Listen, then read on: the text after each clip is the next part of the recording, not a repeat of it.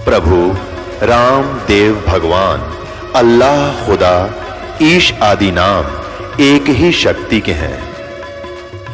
वो कैसा है, कहां है, कैसे मिलता है, किसने देखा है? ये प्रश्नवाचक चिन्ह पूर्ण रूप से हटाने के लिए अवश्य सुनिए जगत गुरु तत्वदर्शी संत रामपाल जी महाराज के अमृत वचन सर्व पवित्र धर्मों के पवित्र शास्त्रों के आधार पर।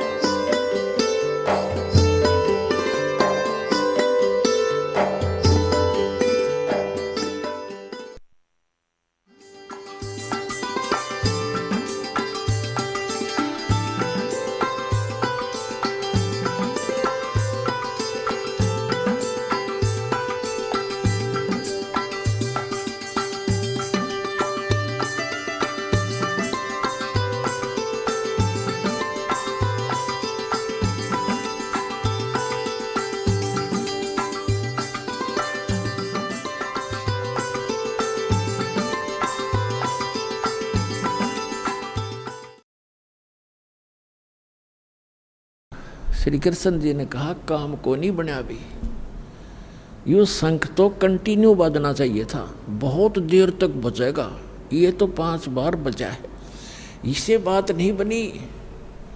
तो श्री कृष्ण ने कहा कि अब किसको बुलाओगे भगवान, अकीब और कोई बुलाना बाकी नहीं रह रहा। इस आपने के वाल्मीकि दिखाई दे है यो हरिजन सा, इसके एक बाल के बराबर ये 3 लोक नहीं है, इतना सिद्धि शक्ति युक्त है ये सुदर्शन। अब श्री कृष्ण जी भी बेसिक तो हम अंतर्यामी मानना थे, इतने अंतर्यामी नहीं थे, पर आभास जरूर था कि ताकत है इनके अंदर। तब श्री कृष्ण जी ने कहा कि अपने घर में कमी है कोई, वो देखेंगे। द्रौपदी बुलाई और द्रौपदी से कहा कि बहन, आप जी ने जब ये खाना खा रहे थे महात्मा, आपके मन में कोई दोष तो नहीं आया? सच्ची बताना, अब नहीं तो बात बिगड़ जाएगी। तो द्रौपदी ने सारी सच्ची बता दी कि महाराज मैंने 1 घंटे तक भोजन तैयार किया, न्यारे न्यारे आइटम बनाए, और मैंने ऐसे ऐसे सोचा था कि उंगली चाटता रह जाएगा महात्मा और बड़े गुण गाओगा मेरे। इन्होंने जब सारा इकट्ठा कर लिया तो मेरे मन में न्यू दोष आ गया कि यू शेडियल सा आदमी हैं, नहाना न दौड़ना इसने, और ये इसने खाना भी ना आता है, किसके शंख बजाओगा?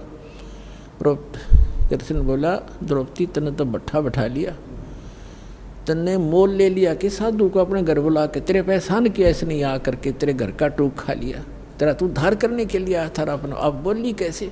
ये मन में सोच भी तेरे लिए पाप की भागी बन गई, एक और पाप लग गया तुझे।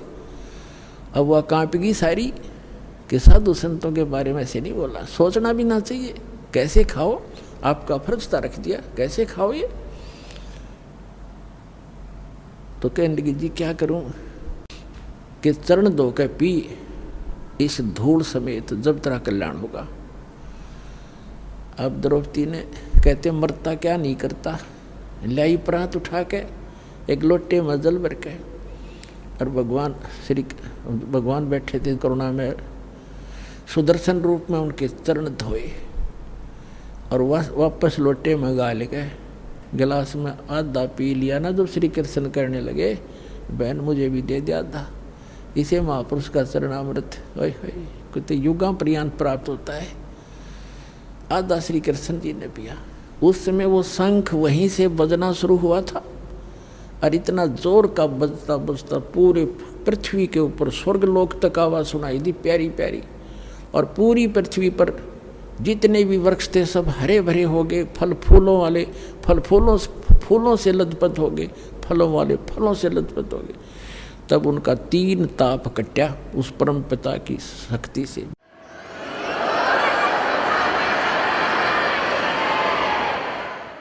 तुम कौन राम का जपते जापम, तात कटे ना तीनु तापम। समर्थ का सरनाग हो, रंग होरी हो, कभू न हो एकाज राम रंग होरी हो। तो पुण्यात्माओं, सौभाग्य आपका, आपको ये सुख तो यहाँ फ्री में मिल लेंगे, क्योंकि हम वो पांचों यज्ञ कर रहे हैं जो युधिष्ठिर पांडुआ ने एक कई यज्ञ करी थी। आज आप देख रहे हो 5 दिन का समागम चल रहा है और कई हजारों की संख्या में पुण्यात्मा परमात्मा की प्यारी आत्मा आई हो। ये सभी भक्त हैं, सभी परमात्मा का सुबह उठते हैं, शाम दिन रात चर्चा करते हैं, घर पे जाते हैं, वहाँ भी इतना कोर्स दे रखा है आपको भक्ति का, जैसे बालकों को सलेबस न्यारा होम टास्क अलग से, तो इतना कोर्स दे दिया, इस बिना आपका उद्धार नहीं हो सकता। कभी आरती कर रहे हो, कभी नित्यनेम कर रहे हो, कभी रमैनी कर रहे हो, कभी प्रथम मंत्र, कभी सेकंड मंत्र, फिर वाणी पढ़ रहे हो, कहीं सेवा कर रहे हो, दान कर रहे हो। तो ये जितने भी साधु संत यहाँ आ रहे हैं, और यहाँ आपका दिया हुआ जो साधला जो धन है वो आपको बहुत लाभ दे रहा है, करोड़ गुना आपको फल यहाँ देगा और मोक्ष प्राप्ति होगी। ये एकमात्र स्थान इस पृथ्वी पर यदि कोई शास्त्र अनुकूल साधना और मोक्ष मार्ग है तो सतलोक आश्रम बरवाला जिला हिसार हरियाणा में जो आपको प्राप्त हुआ, आपका सौभाग्य है। और भक्ति करते रहो। बोलो सतगुरुदेव।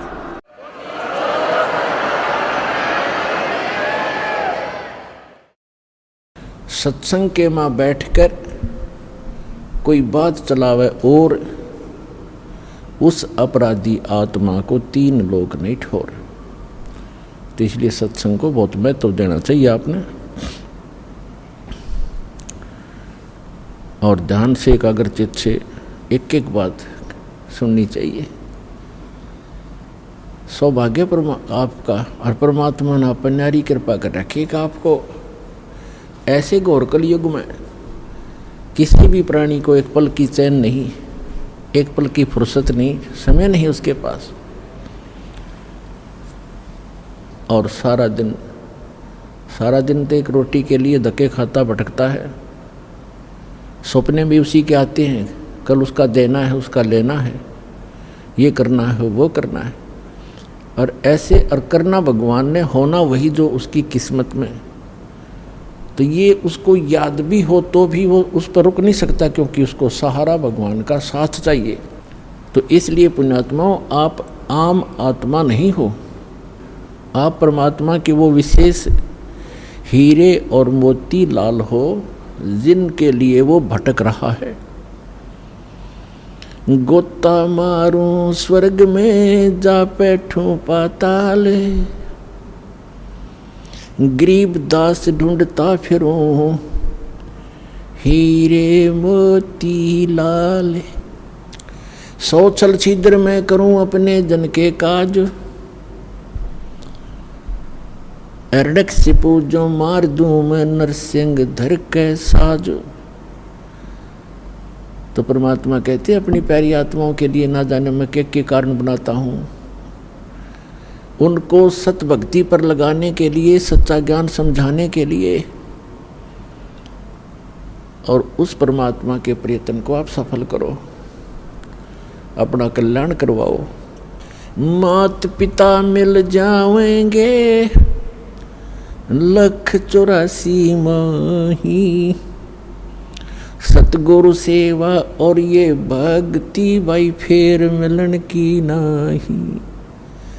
जिस भी शरीर में आप जाओगे, पशु के शरीर में को प्राप्त करोगे, वहाँ भी आपको फादर मदर मिल जाएंगे।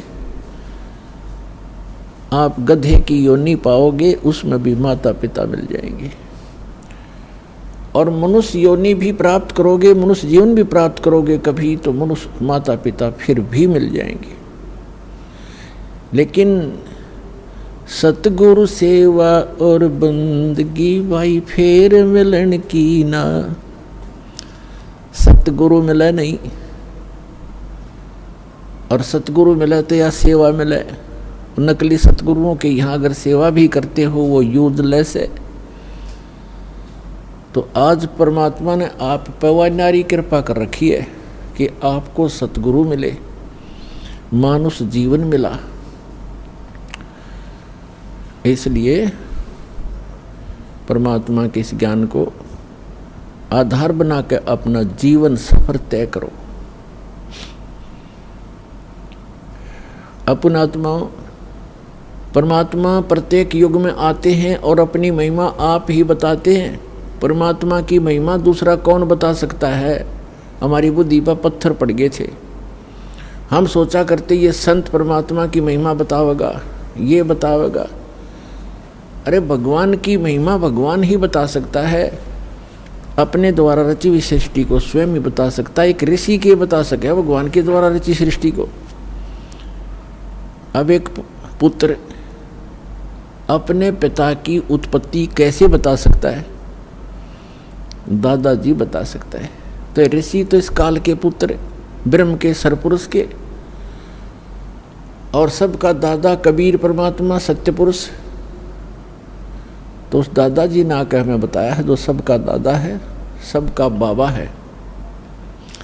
गुरु नानक जी ने तो यहाँ तक कहा है, अगर कोई बाबा कहने का अधिकारी है तो कबीर है। ये समुद्र की साखियों में प्रमाण है। अगर कोई बाबा कहलाने का अधिकारी है तो कबीर साहब है। आलम बड़ा कबीर। तो पुण्यात्मा, सौभाग्य आपका, आपको ये ज्ञान सुनने को मिल रहा है। अभी तक तो आप अज्ञान से ठोक रखे थे। अब बताओ हम क्या साधना करते थे हिंदू धर्म के अंदर जन्म लेके। इन काल के ऋषि, महर्षियों, आचार्यों और शंकराचार्यों द्वारा दिए गए ज्ञान के आधार से हम कौन सी पूजाएं किया करते थे, आप सभी को मालूम है। ये दास भी वो भुगत भोगी है। कुछ तो देखम देखा, कुछ परंपरागत साधनाएं, और कुछ किसी सिर फिरे संत ऋषि के ज्ञान विचार सुनकर, पुस्तक पढ़कर, या किसी भाई साथी बहन सहेली से सुनकर हम वही क्रियाएं करने लग जाते थे। कोई गोवर्धन की फेरी के लिए कहता, हम वहाँ भी चले जाते। कोई अमरनाथ के दर्शन के लिए प्रेरित करता, हम तैयार हो जाते, क्योंकि हमें भगवान की आवश्यकता थी। और कोई पंथ केदार के लिए प्रेरित करता, उन 5 केदारों के भी दर्शन के लिए जाते। कोई पशुपतिनाथ के लिए कहता, हम नेपाल भी जाते। कोई सोमवार का व्रत बताता तो हम वो भी करते। कोई मंगलवार के लिए प्रेरित करता, हम मंगलवार का व्रत भी प्रारंभ कर देते। पुण्यात्माओं, हमें अध्यात्म ज्ञान नहीं था, ये लोक वेद था। तो परमेश्वर ने स्वयं आकर के एक संत भक्त, और परमेश्वर तो वो थे ही, और एक सतगुरु, इन सब की भूमिका की। जब आदरणीय स्वामी रामानंद जी परमात्मा को देखा सतलोक के अंदर, और फिर वापस देखा वहीं आपके अपने सामने बैठे उस बालक रूप में, तब कहा था, दोहू ठौर है एक तू, भया एक से दो, और गरीबदास हम कारणे तुम आए हो मगदो। तुम साहेब तुम संत हो, और तुम सतगुर तुम हंस, गरीबदास तेरे रूप बिना और न दूजा अंश। बोलत रामानंद जी सुनो कबीर करतार, गरीबदास सब रूप के तुम ही सृजनहार। मैं भक्त मुक्त भया और भरम कर्म कियो नाश, गरीबदास निज ब्रह्म तुम मुझे हो गया दृढ़ विश्वास। तो परमात्मा के विषय में कहा है स्वामी रामानंद जी ने कि तुम साहेब, साहेब माने परमात्मा, जैसे आपको डेफिनेशन ऑफ गॉड सुनाई थी प्रथम दिन। तुम साहेब, साहेब माने परमात्मा, सर्वश्रेष्ठ प्रभु। वैसे तो साहेब हम सभी के साथ लगाते हैं, जैसे तहसीलदार साहब, एसडीएम साहब, डिप्टी कमिश्नर साहब, कमिश्नर साहब, मंत्री साहब और प्रधानमंत्री साहब और मुख्यमंत्री साहब, ये सारे साहब हैं। लेकिन इन फैक्ट जब साहब पूछेंगे कि सुप्रीम कौन है, तो प्रधानमंत्री और उसके बाद माननीय राष्ट्रपति, ये हमारे साहब हैं, वो हैं असली साहब। तो इसी प्रकार ये अन्य देव जो हैं, श्री ब्रह्मा, श्री विष्णु, श्री शिव जी, ये एक विभाग के मंत्री एक ब्रह्मांड के अंदर ओनली। जैसे कोई राज्य का मंत्री हो और उसको हम प्रधानमंत्री की संज्ञा देते हैं, उसकी उपमा देते हैं, तो हमारी वो अज्ञानता का प्रतीक है, वो सच्चाई नहीं है। तो यहाँ क्या बताते हैं, तुम साहेब तुम संत हो, तुम सतगुरु तुम हंस। सतगुरु भी आप ही हो, यथार्थ ज्ञान देने वाले, और तुम हंस। एक भक्त का रोल, यानी एक भक्त ने कैसे रहना चाहिए, कैसी उसकी दिनचर्या हो, कैसा व्यवहार हो, कैसे उसका आचरण हो, कैसी बोली हो, और कैसे वो रह रहा हो, कैसे निर्वाह करता हो, उसके लिए परमात्मा कहते हैं राज्य क्रमता राम की, रजा धरे जो शीस, दास गरीब दरस परस तिन बैठे जगदीश। कि जो परमात्मा ने आपके प्रारब्ध में लिख दिया, उसके आधार से आप जीना सीखो। प्रारब्ध का मतलब है कि जैसे आप जी को कोई अच्छे घर में, अच्छा घर हम मानते हैं जिसका घना धन हो, कोई अच्छी पोस्ट हो उसकी, ठीक है, आपके संस्कारवश आपका कहीं ऐसा जन्म है, तो ये ना भूलना चाहिए कि आप चाहे कितने धनी व्यक्ति या कितने ही मंत्री प्रधानमंत्री के घर जन्म आपका, आपको उतना ही स्थान चाहिएगा सोने और घूमने फिरने और क्रिया करने के लिए जितना एक निर्धन जहाँ गुजारा कर रहा है। एक कक्ष में, एक मकान में 20 कक्ष हों ऊपर नीचे, तो उस व्यक्ति ने एक ही कक्ष में, एक रूम में, एक तख्त पर, बिल पलंग पर, उतने स्थान पर टाइम पास करना है। तो परमात्मा ने हर तरह से हमें समझाने की चेष्टा की है। और परमात्मा पाने के लिए किसी को ये भ्रम हो कि धनी लोग जो घना दान धर्म करते हैं और उच्च जाति के हैं, पहले ये भ्रमना, ये भ्रांति बहुत ज़्यादा थी कि ब्राह्मण लोग ही मोक्ष प्राप्ति करते हैं, यही ऋषि महर्षि बनते हैं, इनके वंशज ही ऋषि महर्षि बनते हैं। तो परमात्मा ने ये सारी फड़क निकाली थी, ये सारी भ्रांतियाँ निवारण करने के लिए एक गरीब जुल्हे की भूमिका की थी कि परमात्मा के भक्त को घड़ी जरूर आवश्यकता नहीं होती, और जब आवश्यकता होती है तो परमात्मा से वो छुपा नहीं होता, परमात्मा से कुछ छुपा नहीं, उसको सब पता होता है। जैसे हम कथाएं सुना करते थे, अब तो आपको ज्ञान हो गया है कि परमात्मा जो परमेश्वर है वही सब कुछ करता है, कबीर साहब ही सब दुख दूर करता है। लेकिन हम जिस भी इष्ट की स्तुति जहाँ बोल रही होती है, हम सभी उसकी पूजा करते हैं और मानते रहते हैं कि ये हमें सुख दे रहा है और सब कुछ कर रहा होता है कबीर भगवान, क्योंकि वो ही गीता अध्याय नंबर 15 के श्लोक नंबर 16 और 17 में 3 पुरुष हैं, शरपुरुष और अक्षर पुरुष। इनके विषय में बताया कि ये खुद विनाशवान है, इनके अंतर्गत जितने प्राणी वो विनाशवान है। उत्तम पुरुष है तू अन्य 17वें श्लोक में कहा। और ये लोग तरम अविश्य विवर्ती अवैश्वर है, वही सबका धारण पोषण करने वाला है, वो परम अक्षर ब्रह्म। इन दोनों से न्यारा सरपुरुष तो ये ब्रह्म है जो गीता का ज्ञान देता श्री कृष्ण में प्रवेश करके, और अक्षर पुरुष ये सरपुरुष जो है, इसको सरब्रह्म भी कहते हैं, ज्योति निरंजन काल भी कहते हैं। ये केवल 21 ब्रह्मांड का स्वामी है। और अक्षर पुरुष 7 संग ब्रह्मांड का स्वामी है। और परम अक्षर ब्रह्म गीता अध्याय नंबर 8 के श्लोक नंबर 1 के उत्तर में अर्जुन को गीता ज्ञानदाता कहता है कि वो परम अक्षर ब्रह्म है, वो तत्ब्रह्म जो गीता ज्ञानदाता से अन्य और सुप्रीम गॉड है, कंप्लीट गॉड है। तो गीता अध्याय नंबर 15 के श्लोक नंबर 17 में कहा कि उत्तम पुरुष तु अन्य परमात्मा इति उदाहरत है। और ये लोग तरम आविश्य विभर्ती अवैश्वर है, वो तीनों लोकों में प्रवेश करके सबका धारण पोषण करता है, इंक्लूडिंग ब्रह्मा विष्णु महेश की भी वही आपत्ति निवारण करता है। जैसा कि आपको कल बताया था कि समुद्र पर जो पुल नहीं बन रहा था वो परमात्मा आए थे, क्योंकि वो भी उनके बच्चे हैं। चींटी से लेकर हाथी तक, रंग से लेकर राजा तक, देव से लेकर महादेव तक, निरंजन और दुर्गा तक उसी के बच्चे हैं। अपने बच्चों को वही संभालता है। अब जो दास आज प्रसंग सुना रहा है आपको, अब हम भगवान से मांगते हैं धन, और परमात्मा बने थे कति निर्धन, जुल्हा कपड़ा बन के अपना टाइम पास करते थे। वो हमें परमात्मा पर विश्वास करना सिखाने के लिए ये भूमिका कर रहे थे। यदि आप मुझ पर ऐसा विश्वास करोगे, मेरे वचनों पर, तो मैं तुम्हारा हर समय साथ दूंगा।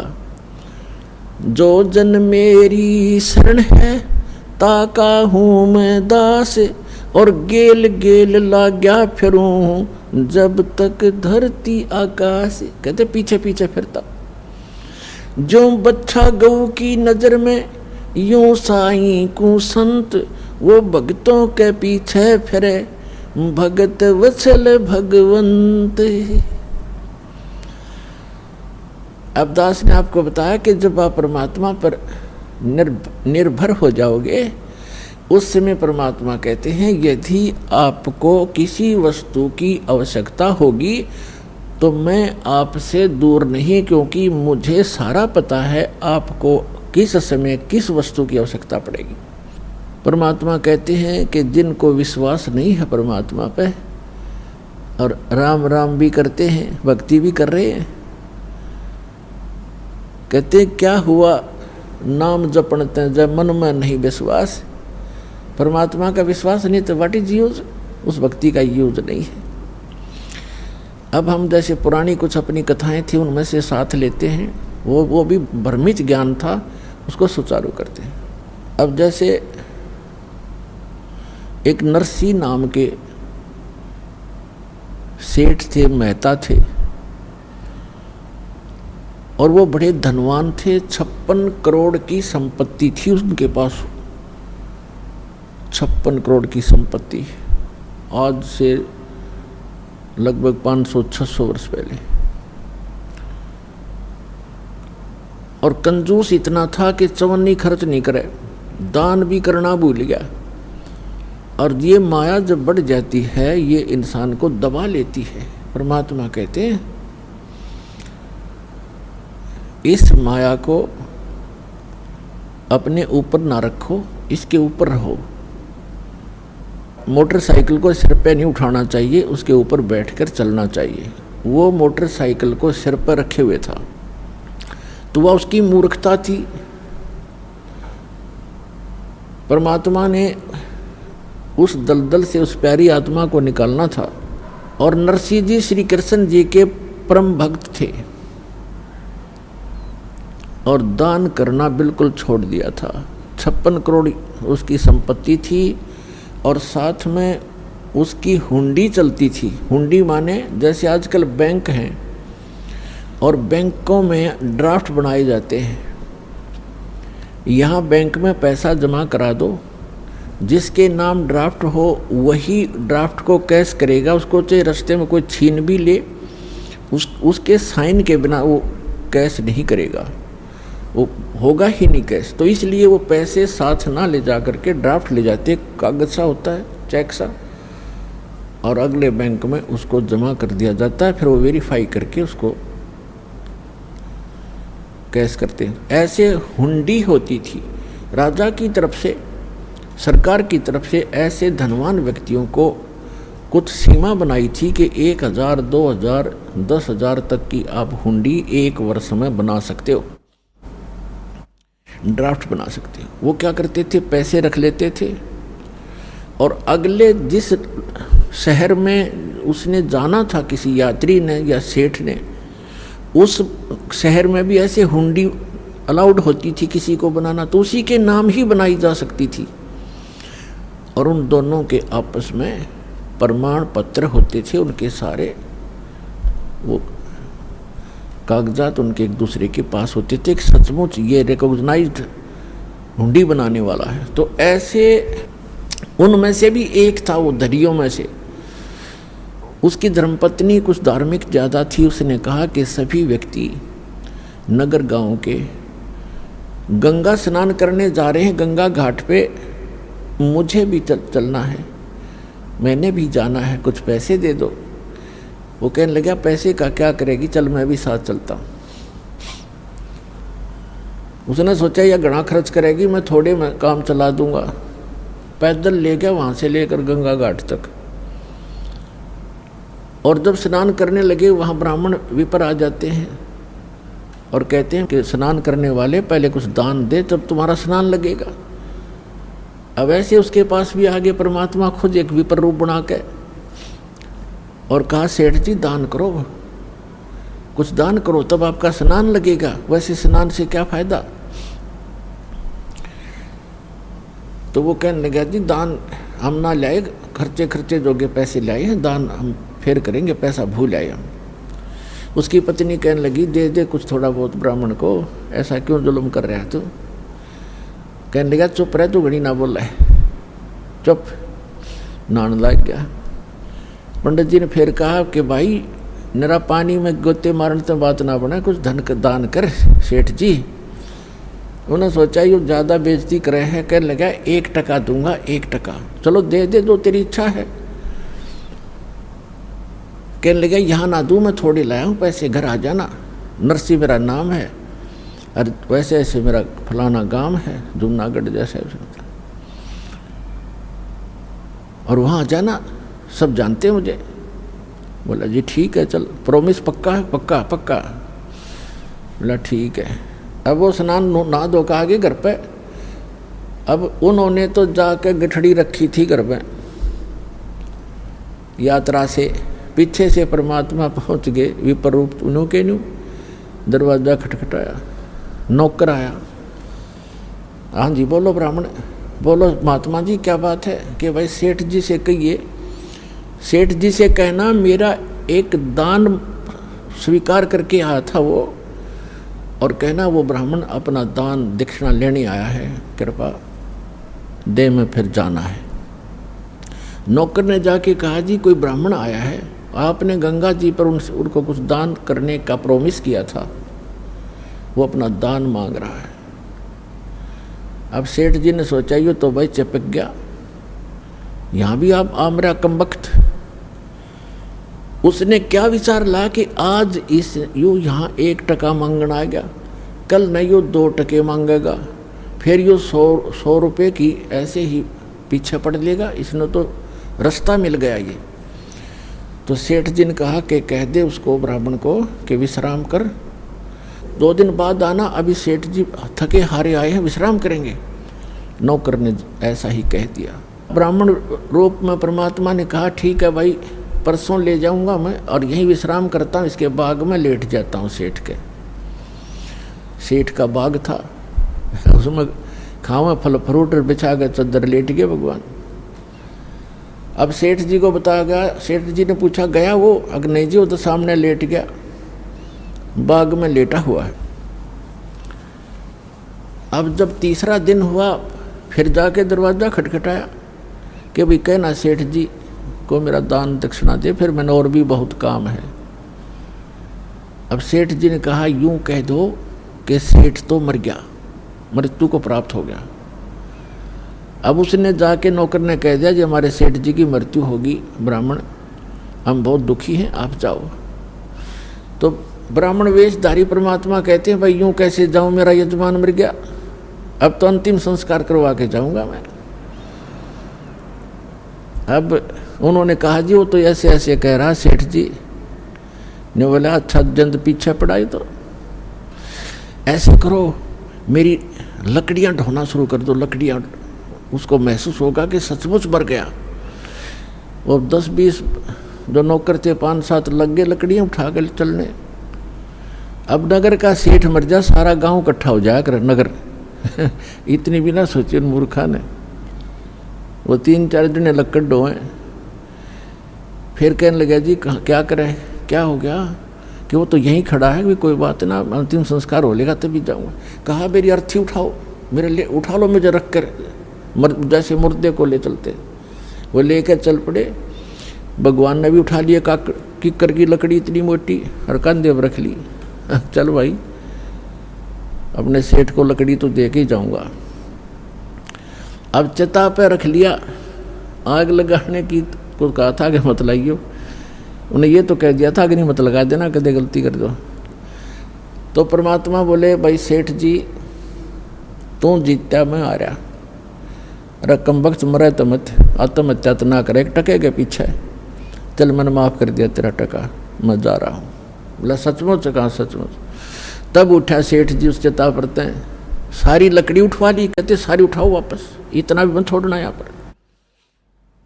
और पुण्यात्मा ये स्वाभाविक है, जब माया जिसके पास घनी हो जाती है या ऊपर बैठ जाती है और इतना कंजूस हो जाता है वो व्यक्ति,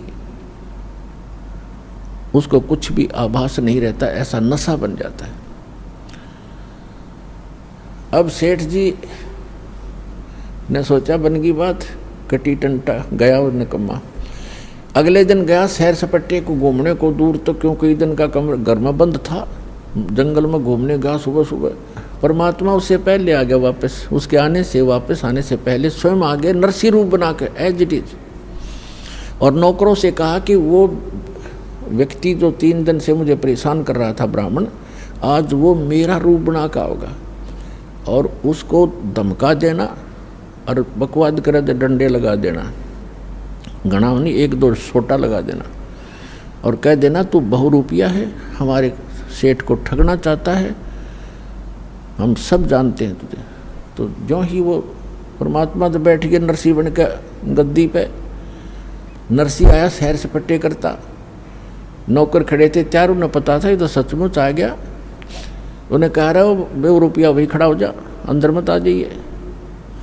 और वो उनका नाम ले ले कहता है, अरे करोड़ी मिले हैं, तो स्वामी को धमकाता है कि हमने सब पता, तू जैसा स्वामी है वहीं खड़ा हो जाना, तेरा डंडे मार देंगे, आज आदेश हो गया है, तूने बहुत दुखी कर लिया हमारा सेठ तो अंदर बैठा है। अब उसके पैरों तले की धरती खिसक गई। सेठ जी का आज तक कर दिया काम इसने, अब ये एक नहीं सुने मेरी। अब उसने क्या किया, किसी वकील एडवोकेट का सहारा लिया और कोर्ट में केस कर दिया कि एक नकली नरसी बनकर मेरी संपत्ति हड़पना चाहता है। तत्कालीन उनको सम्मन हुए और नरसी बुला लिया, परमात्मा को वहीं तुरंत बुला लिया गया, सारी बही बोही कब्जे में कर ली गई। अब सामने गवाही हुई, जब जज ने पूछा कि भाई जो ओरिजिनल बतावा था अपने आप को, जो ओरिजिनल था, उससे पूछा कि इस बही में कोई ऐसा प्रमाण बोल पढ़ के सुन, वो हमें बता जो हम इसमें वेरीफाई करें कि तू सचमुच नरसी है, मालिक है। उसने बता दिया, 2-4 बातें याद थी, ऐसे ऐसे लड़की का विवाह किया था, उसमें इतना दान किया था, ऐसे लिखा है इसमें, एक समय ऐसा हुआ था। 2-4 बातें याद थी, घनी नहीं थी। फिर वो दूसरे परमात्मा से पूछा कि भी बोलो आप। परमात्मा ने सारी बही सुना दी, ए से लेकर जेड तक। अब वो ओरिजिनल नरसी तो डुप्लीकेट सिद्ध कर दिया कोर्ट ने, और परमात्मा ओरिजिनल नरसी कर दिया। अब नरसी बैठ गया माथा पकड़ के जंगल में जाकर बरी में बाहर कि ये कौन से जन्म का दुश्मन था, मेरी सारी संपत्ति हड़प ली। फिर परमात्मा गए विपर रूप धारण करके, कहने लगे नरसी भक्त। उसने देखा कि हाँ बोल, ईब के चावे तो मेरे थे, ईब के चावे। तो कहने लगा मैं आपसे ये चाहता हूँ कि आप अपना जीवन सुधार लो। सुधार दिया जीवन, तने मेरी सारी संपत्ति हड़प ली। परमात्मा बोले कि संपत्ति पहले भी मेरी थी या तेरा भूल थी, काया अपनी है नहीं, ये माया कहाँ से हो। जब तेरा शरीर अपना नहीं है मूर्ख, इन चांदी के सिक्कों को तू अपना मान रहा है, तेरी बुद्धि भ्रष्ट होगी। और चरण कमल में ध्यान रखो भाई, इन दोनों को खो, इनको भूल जा। नंगा आया जगत में, नंगा ही तू जावे, बीच में ख्वाबी ख्याल है, ये मन माया भरमावे। वो पृथ्वी पति चकवे गए, जिनके चक्कर चलंत, रावण सरीखे कौन गिने भाई, ऐसे गए अनंत। अगम निगम को खोज ले, बुद्धि विवेक विचार, उदय अस्त का राज मिले तो बिन नाम बेगार। तो परमात्मा ने कहा कि तुझे एक शर्त पर तुम्हें दे सकता हूँ वापस। क्या शर्त है तेरी, बता। कि आप इसको दान कर दो, आपके लिए बहुत भयंकर सिद्ध हो जाएगी। आपने तो कोड इकट्ठा कर लिया, अरे संतान तेरे नहीं, एक बेटी थी उसकी शादी कर दी, भले आदमी क्या करेगा इसका। तेरी मृत्यु के बाद ये तेरे हकीकी बांटेंगे, ये चाचे ताऊआ के भाई, और तो बनेगा गधा। ऐसे धन वैसे नहीं जुड़ता, ये तेने 2 के 20 बना रखे। मैं तेरे हित में कह रहा हूं भाई। काफी देर सत्संग सुनाया, परमात्मा ने बुद्धि ठिकाना आ गई। कहने लगे परमात्मा कि जब तू इसको दान करेगा तो दूंगा ना, तेरे तो गैया, और दान करेगा तो तेरे पाप कटेंगे, कुछ सहारा मिलेगा तुझे। उसके बाद समझ में आएगी कि आप जो कहोगे मैं वही कहूँगा, वही करूँगा। कहने लगा जाते, फिर वो आ गया वापस।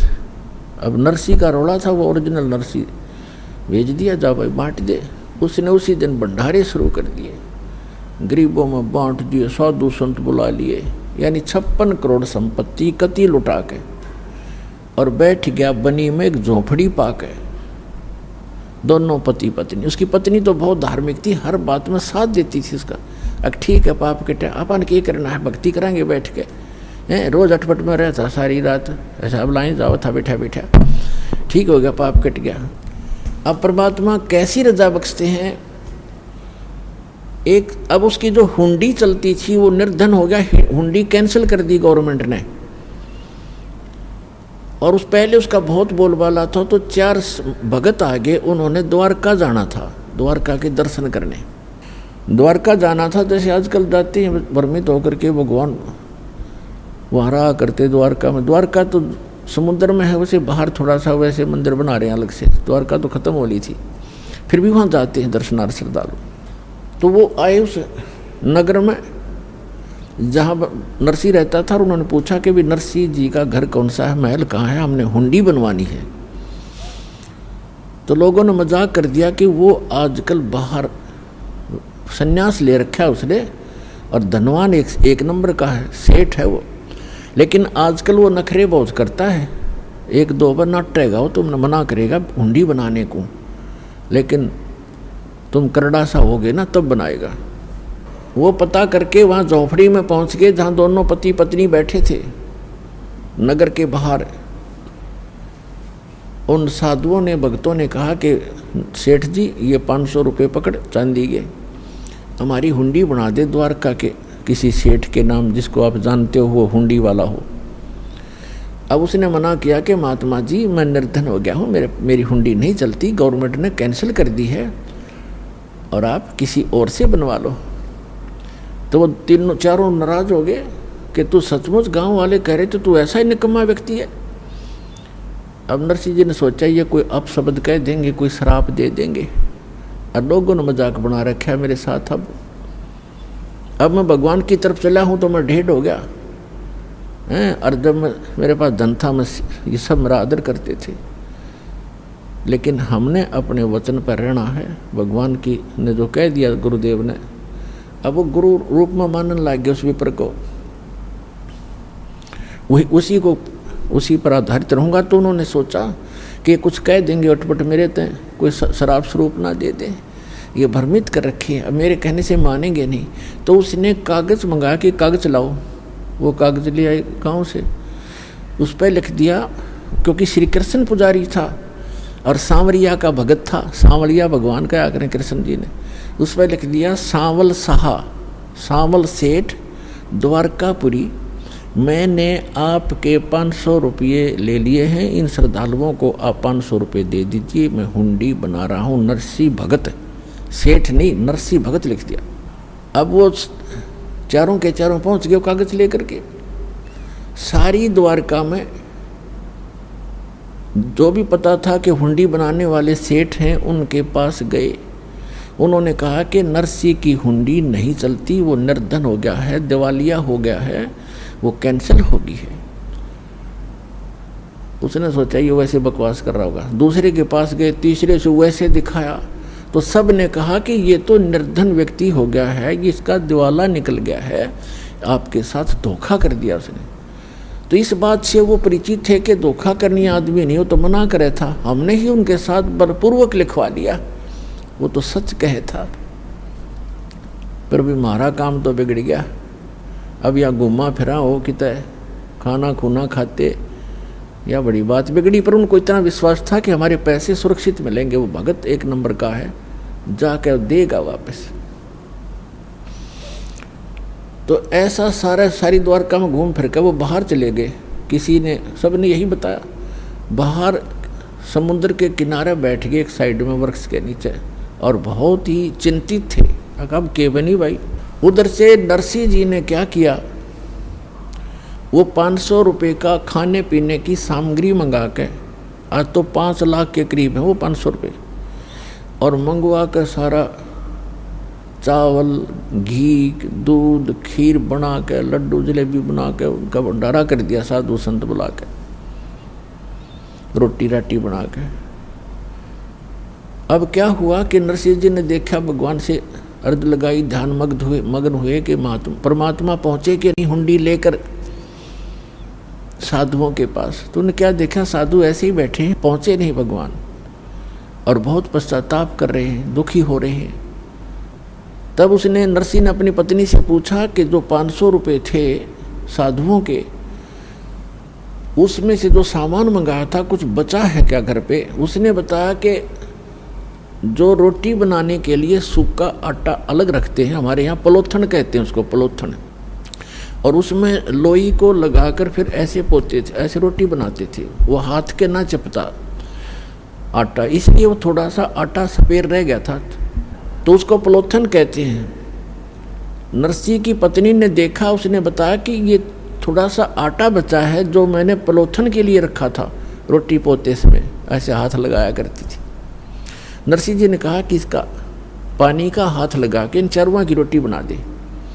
उसने चारों रोटी बना के और सेक, चूल्हे पर सेक चाक के रख ली। इतने में परमात्मा पहुंच गए एक साथ दूर रूप बना के, और कहने लगे, भाई भगत भूख लगी है और कुछ भोजन दे। तुरंत लिया चारों रोटी ठा के, अगले महाराज भोजन खा लो। अब वहाँ भोजन भोग लगाया भगवान ने, और वहाँ सांवल शाह नाम का एक सेठ बन के, और जैसे वो मारवाड़ी सेठ होते हैं ना, बड़ी बड़ा साफा, दोहरी धोती, कान में कलम टांग रखी, पेन और काख में बही, और पहुंच गया वहाँ पर उन साधुओं के पास। और परमात्मा ने कहा कि अक्षमा करना महात्माओं, कुछ आने में देरी होगी मुझे, मैं सांवल शाह हूँ, सांवरिया सेठ हूँ, और नरसिंह जी ने जो हुंडी भेजी थी, आप मुझे वो कागज़ दो। वो कागज़ दिया और कहा, आ जाओ तुम्हें ये पैसे दूंगा। चांदी के सिक्के चला करते। वहाँ उस द्वारका के मेन बाजार में चौराहे पर कहा, यहाँ चद्दर बिछा लो। जो मजाक करे थे ना वो द्वारका के सेठ उस भगत की मजाक करे थे, भगत का खिल्ली उड़ा रहे थे, उनका मुंह बंद करने के लिए चौपड़ के उस द्वारका के बाजार के चौराहे पर कहा कि यहाँ चद्दर बिछाओ, और अपना पूरा बैग ले रहे भर के गठड़ी वह धर ली, और वहाँ करें, सुन ले भाई महात्माओं, 1 2 3 आवाज़ लगा लगा के गिने और खड़का करें, अक्सर चारों तरफ लग गए देखने, सेठ इकट्ठे हो गए।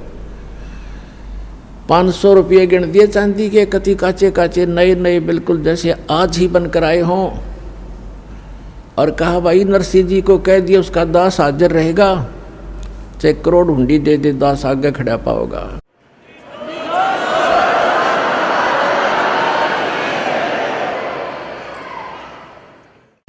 परमात्मा कहते हैं, जो जन मेरी शरण है ताका हूँ मैं दास, और गेल गेल लाग्या फिरूं, पीछे पीछे फिरूं, जब तक धरती आकाश। जो बच्चा गऊ की नजर में, यूं साईं को संत, भक्तों के पीछे फिरे वो भक्त वत्सल भगवंत। अब फिर क्या होता है, गरीबदास साहिब जी ने परमात्मा कबीर जी के बारे में बताया है, नरसी जी की हुंडी दीनी वह सांवल सा कहाया, द्योती का ब्याह भया तब भात भरण को आया। अपने आत्माओं देखो, वैसे तो हमारी रस्म रिवाज बहुत गलत हैं जो हमने बना रखी थी, अब इनको हम मिनिमाइज करेंगे। लेकिन सतयुग त्रेता द्वापर में परमात्मा ने कहा था कि बहुत ही कम हंस पार हो पाएंगे, और इस कलयुग में मैं धीरे धीरे जो समय फिक्स किया है इसी के दौरान सबको पार करूँगा, और पार होने की विधि उन्होंने बताई है, वो दास आपको बताता रहेगा। लेकिन परमात्मा जैसे आपको दास बार बार बताता है कि ये काल भगवान जो यहाँ का प्रभु स्वामी है किस ब्रह्मांड का, ये सरपुरुष है, इसको सरब्रह्म भी कहते हैं, इसको ब्रह्म भी कहने लग गए। ये काल है जो स्वरूपी निरंजन है, ब्रह्मा विष्णु महेश का पिता है, दुर्गा का पति है।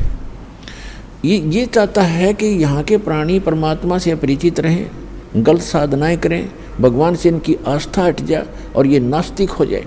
जब ये नास्तिक हो जाएंगे तो सुनेंगे नहीं भगवान के लिए, और परमात्मा ने आना था 5500 वर्ष जब बीत जाएंगे, स्वयं ने आए तो दास भेज दिया वो ज्ञान कराने के लिए। तो इससे पहले उसकी नीति ये थी कि सबको ऐसा नास्तिक बना दूं ये भगवान से दूर हट जाए।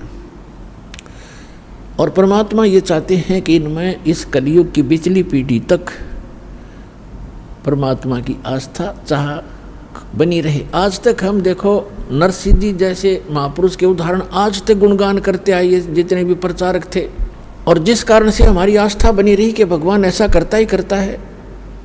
लेकिन ना उन प्रचारकों को कभी ऐसा हुआ, ना उनके उपासकों को कभी ऐसा हुआ, लेकिन उसके कारण हम डटे रहे कि भगवान ऐसा करता है, ऐसा हुआ है तभी तो गुणगान हो रहे हैं। अब क्या हुआ कि एक दिन लड़की ब्याह रखी थी, विवाह कर रखा था, उसका लड़की जवान होगी, उसका विवाह हुआ। उसके विवाह के लिए लड़की आ गई भात न्योतन, यानी अपने पिता, ऐसे रिवाज बना रखी अपन ने। तो ये रिवाजें अच्छी नहीं है, फिर भी भगवान ने दुखी होना पड़ा, उसके लिए भी बहुत कुछ करना पड़ा। अब उसकी लड़की आई और पिता से कहा, पिताजी आपकी ज्योति का विवाह है, इस दिन भात है, आप आइएगा।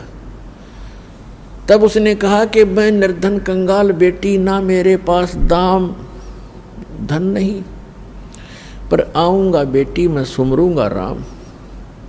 जैसा भी कंगाल हूँ मैं तेरे द्वार पर अवश्य आऊँगा। लड़की चली गई।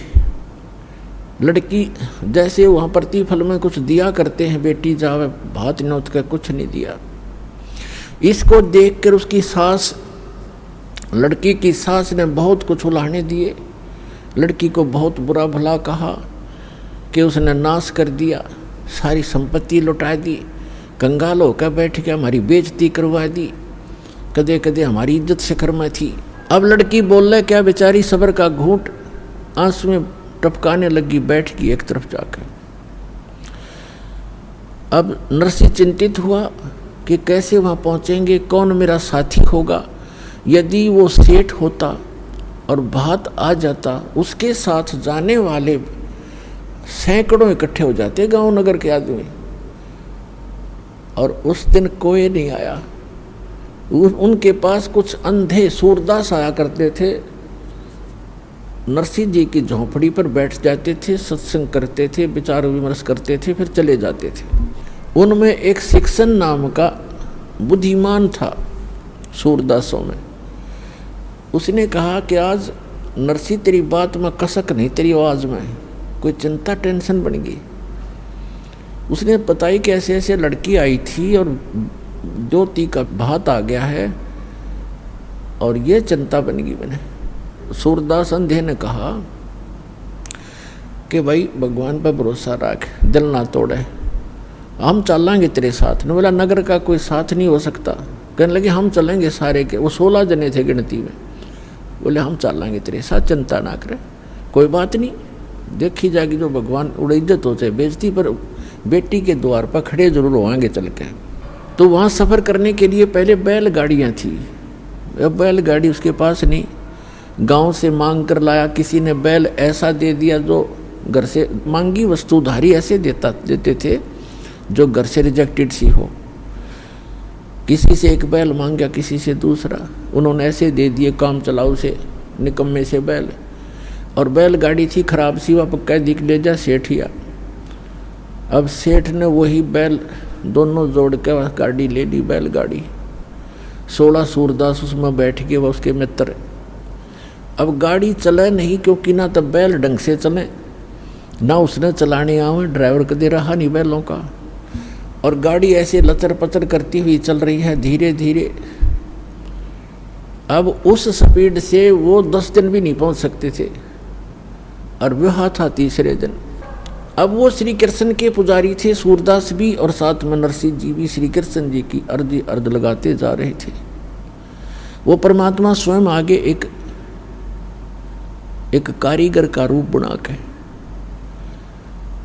और उनसे कहने लगे कि भाई नरसिंह सेठ, मैंने भी उस गांव में जाना है, जिस गांव में उन्होंने जाना था उससे एक गांव पहले का नाम बता दिया नरसिंह जी का। और कहने लगे मुझे भी बैठा लो अपनी गाड़ी में, साथ में भी चल पड़ता हूँ। नरसिंह जी कहने लगे बैठ ले बेशक गाड़ी में, पर हम लगता है ये रास्ते में रह जाएगी, ये बहुत ख़राब है, करने वही पड़ी है। तो उसने कहा कि मैं मिस्त्री हूँ, आप एक बार नीचे उतरो और मैं इसको ठीक ठाक कर लेता हूँ, फिर चलाएंगे। नरसिंह जी ने कहा कि देखो मेरे पास पैसा नहीं है किराए कुछ देने को, मैं तो भगवान के शब्द सुना दूंगा तुझे। तो कारीगर रूप में भगवान बोले कोई बात ना, मैं कुछ नहीं लूँगा आपसे, मैं आपके साथ बैठकर भी तो चलूँगा। अच्छा फिर ठीक है। तो पुण्यात्माओं, जितने आज तक ये प्रचारक हुए हैं, ये जितने आज तक प्रचारक हुए हैं, उन्होंने श्री कृष्ण जी को सुप्रीम पावर मान के और नरसिंह जी को उसका भगत जान के उनका एक महिमा का शब्द बना रखा है, वो सुनाता हूँ आपको। लेकिन सच्चाई जो है वो दास आपको बताएगा। अब उन्होंने कैसे बताया है, अपनी देसी लैंग्वेज में, हरियाणवी लैंग्वेज में बना रखा है। गाड़ी आले मन बैठा ले, एक बहो गाड़ी थाम भाई मैं हार लिया। गाड़ी आले मन बैठा ले, एक बहो गाड़ी थाम भाई मैं हार लिया। अब परमात्मा खड़े हैं, एक कारीगर के रूप में, सारे इंस्ट्रूमेंट औजार ले रखे, उपकरण, आरी भी, ऐसे काटने पीटने की बसोली सारे ले रखे हैं। और क्या कहते हैं, गाड़ी आले मने बैठा ले, एक बहो गाड़ी थाम भाई मैं हार लिया। नरसिंह जी जब न्यों बोले, या गाड़ी मेरी पुरानी है, प्रभु जी फिर न्यों बोले, भाई के मेरे त छानी है। प्रभु जी फिर न्यों बोले, क्या मेरे त छानी है।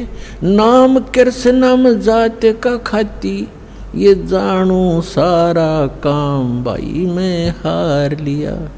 गाड़ी आले मने बैठा ले, एक बहो गाड़ी थाम भाई मैं हार लिया। प्रभु जी फिर लगे समारण, ले हाथ में आरी जी। नरसिंह जी की वा टूटी गाड़ी, अरने आप समारी जी। प्रभु जी जब लगे संवारण, ले हाथ में आरी जी। नरसिंह जी की वा टूटी गाड़ी, अरने आप समारी जी।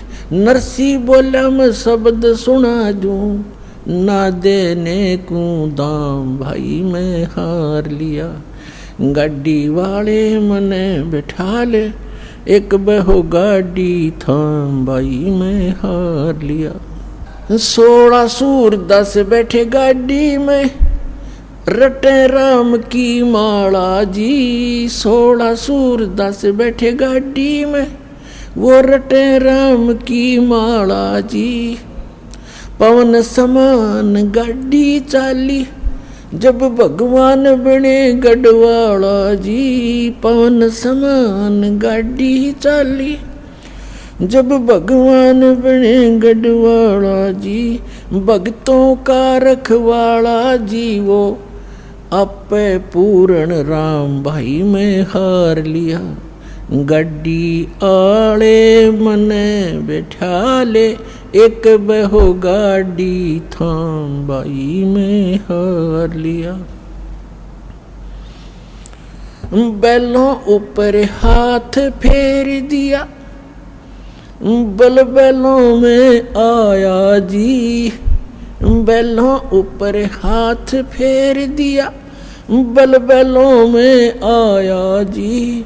कई रोज का पंथ विकट था, पल माहे पहुँचाया जी। कई रोज का पंथ विकट था, पल माहे पहुँचाया जी। वो प्रभु खाती चला गया भाई, कर संतों प्रणाम भाई में हार लिया। गाड़ी आड़े मने बिठा ले, एक बहो गाड़ी थाम बाई में हार लिया। कृष्ण तो रथवान बने, ये कबीर बने रखवाला जी। कृष्ण तो रथवान बने, कबीर बने रखवाला जी। जो सतगुरु के शरणा आगे, वो भगत जीत गए पाला जी। जो सतगुरु की शरणा आगे, वो भगत जीत गए पाला जी। संत करे नहीं टाला जी, परमेश्वर करे नहीं टाला जी। वो सारे सबके काम भाई में हार लिया।